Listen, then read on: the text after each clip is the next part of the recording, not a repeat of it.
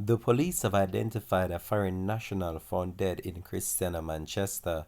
Hi again and welcome. This is Links 007 TV News Report, and we'll be right back with the full details to come. Welcome to Links 007 TV News Report, providing you with the best in local and international news updates. This is a place where you can get the most reliable and informative news information. Links 007 TV News Report.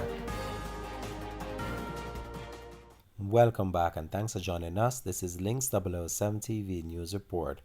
Police have identified a body of a foreign national who was found in Shudley, Christiana, Manchester on Sunday morning. He has been identified as 50-year-old Kenyatta Harris, a resident of New Jersey in the United States and West Green Crescent in St. James.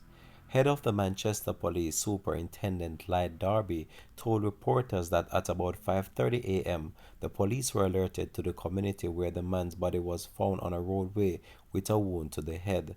The police are awaiting the outcome of an autopsy to determine the cause of death. Links 007 TV will have a comprehensive report to come on this in a later newscast. Thanks for watching.